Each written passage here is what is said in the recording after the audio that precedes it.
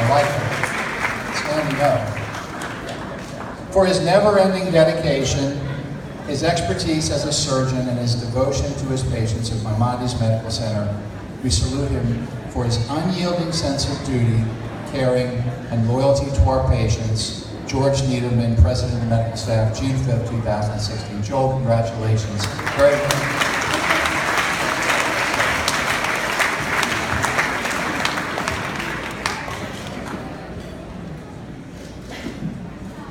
Okay.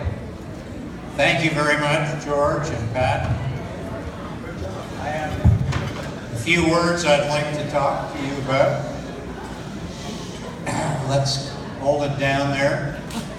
So one of the things that I've learned in all my years at Maimonides, and I got to tell you that Howard emailed me last week and said, "How long have you been at Maimonides?" Sort of like an accusatory thing. I said, 30 years this past week. He said, "Newcomer." So I guess I am sort of a newcomer, but it's hard to believe that I've been at Maimonides for 30 years. So I've learned a few things in my 30 years. The one important thing that I have really learned is that medicine, and surgery in particular, is a team sport. You can't do it alone. So I want to honor the people who are on my team. Camille with nursing, Tom Smith with nursing, all the perioperative people. I didn't see anybody from anesthesia here tonight, but presumably somebody, oh yes, Lynn Bellavo's here, so that counts. Perioperative medicine, intensive care units, all all medical specialties, but there are a couple that I would like to mention in particular. One is interventional radiology, which as a surgeon, I can tell you, thank God for IR. They have saved our life on many occasions. The other is I'd like to give a shout out to all the gastroenterologists here who likewise have made our life very, very comfortable. So these are some of the things. Clearly the surgeons we've worked with, Dr. Ahmad is here representing the oldest surgeon at Maimonides. Harry Adler, the second oldest surgeon at Maimonides. Stand up, Bubba and Harry. There we go.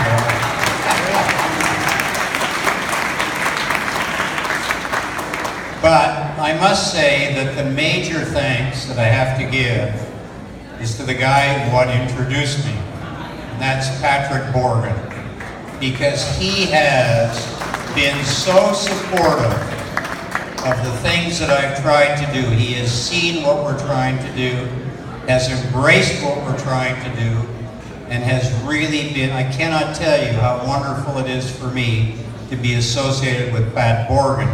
Let me just give you one little anecdote which will tell you something about Pat. As he told you, I took him to a meeting in Oxford not long ago. And I was busy at a session, and he had some free time, so he wandered around Oxford. And he came to the Music Museum, where there was a pleasant chap there who said, "Oh, sir, would you like to play this piano, harpsichord?" And it turned out to be Haydn's harpsichord from 500 years ago. Yeah. So Pat, he didn't play anything from Haydn. He played something from New Orleans, but it was very, very wonderful. So I think that that's one of the fond memories that I have. And finally, of course, the people that are very important to me personally. My son Anthony came from Las Vegas. My daughter was supposed to come from Salt Lake City, but her flight was canceled. So she's in Salt Lake City. And finally, my wife Nikki. Nikki, stand up. Nikki is the happiest person that I know and the smartest woman that I've ever met. And so I have a great debt of gratitude to Nikki, and she can sing pretty well too. So I just leave you, since Pat, you said that I was evidence-based. I'll just, if you'll quiet down for a sec, you want to hear this? Anybody who may be going to the Olympics. It was announced today that the abstinence period, if you have been exposed to Zika, is how long, Pat? 8 weeks without symptoms. However, if you've had a headache, fever, or conjunctivitis, 8 months of abstinence. So don't go to the Olympics. Thank you very much. And thank you for that public service announcement.